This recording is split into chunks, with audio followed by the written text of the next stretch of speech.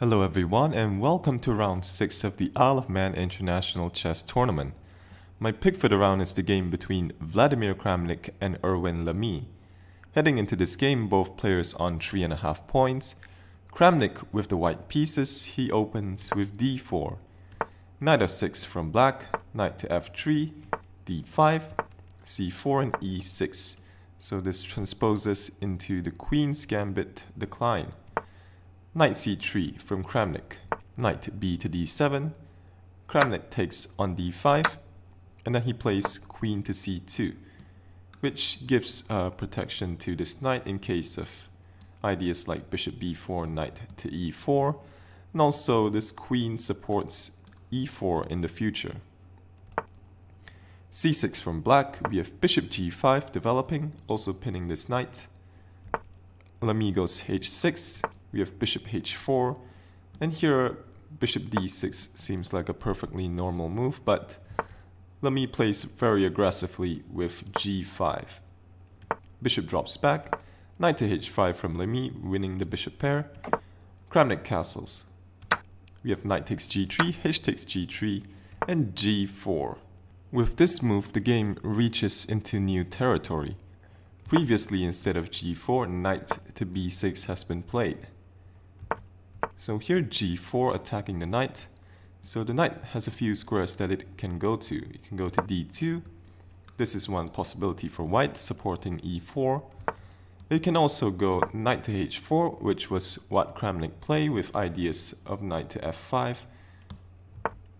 And here, why not knight to e5? Well, because this simply drops a pawn. After it takes, then queen g5 attacks the queen and also this pawn. So here, after knight to h4 from Kramnik, knight b6 from Lamy, making room for the light square bishop. And e4 from Kramnik, a logical move since black's king is still stuck in the center. Lamy goes bishop to e6, Kramnik goes e5.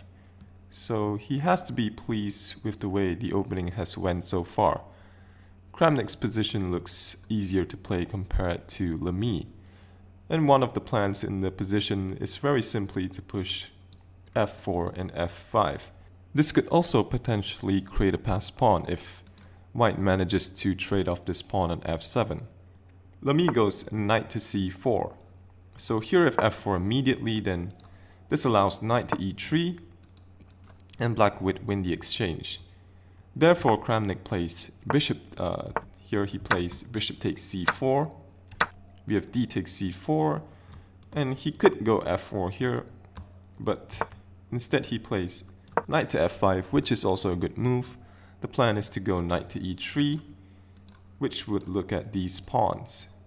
So if knight to e3 from white, then he also has ideas of queen to e2, looking at g4, and also rook to h4.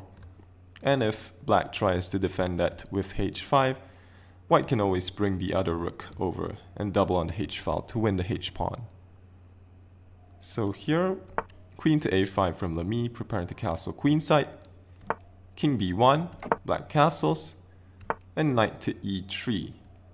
So here black shouldn't waste any time and should go b5. Because if he plays a slow move, then white is simply going to win this pawn and start pushing in the center. But instead of b5, here Lamy plays bishop to b4, which plays right into Kramnik's hands. Because now knight to e2, if white simply wants to go knight to f4 and remove the defender of this g4 pawn. Lamy goes b5, so another problem with bishop b4 is that it blocks this b pawn, which slows down black's play. Knight to f4 from Kramnik, and c3 from Lamy. Kramnik takes on e6, and then rook to d3, just preparing to take this with b takes c3. So here black plays c takes b2, but now this opens up the queen, allowing queen takes c6 with check, king b8. Now queen takes e6, winning a very important pawn. And with these two pawns, these two passed pawns, black is just objectively lost now. Rook c8 from black.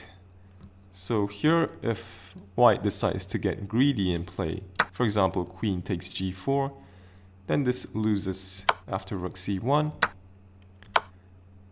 Then black takes on a2 and his attack is very strong. So here, similarly, if you play knight takes g4, then this is also very bad. Queen to c7, threatening queen to c1 check.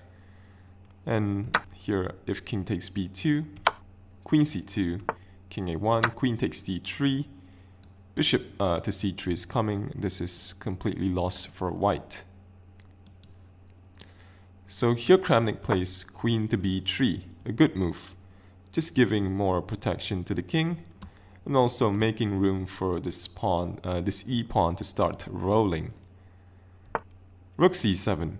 Black desperately tries to get something going on the c-file, but simply queen takes b2 from Kramnik, which eliminates any potential rook c1 checks. Also, white is threatening knight to d5.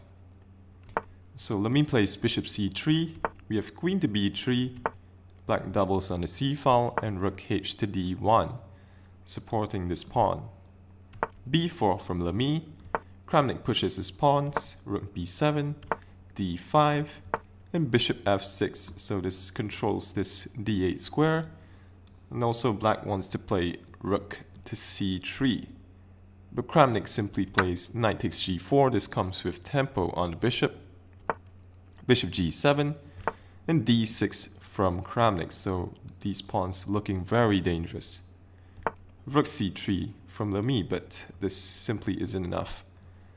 So here, white shouldn't make the mistake of taking on c3 because this gives black a free attack.